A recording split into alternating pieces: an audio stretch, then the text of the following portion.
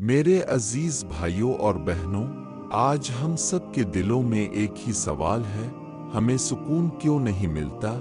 ہم اتنی دولت، شہرت اور آسائشوں کے باوجود بھی کیوں اندر سے خالی محسوس کرتے ہیں؟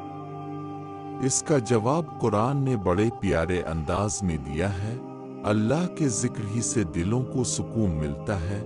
میرے بھائیوں، یہ دنیا ایک عارضی جگہ ہے۔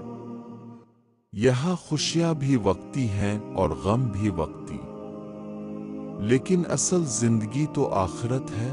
سوچئے، جب کوئی شخص رات کے اندھیرے میں اپنے رب کے سامنے روتا ہے، دعا کرتا ہے، اپنی کمزوری کا اقرار کرتا ہے، تو اللہ کتنا قریب ہو جاتا ہے۔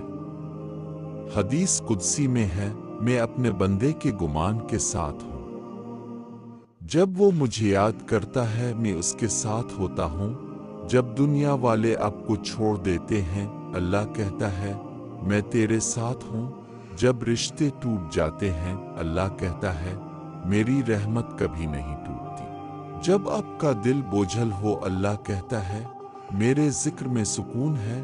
میرے بھائیوں، یہ غم، یہ آزمائشیں، یہ ٹوٹے خواب، یہ سب انسان کو اللہ کے قریب کرنے کے لیے آتے ہیں۔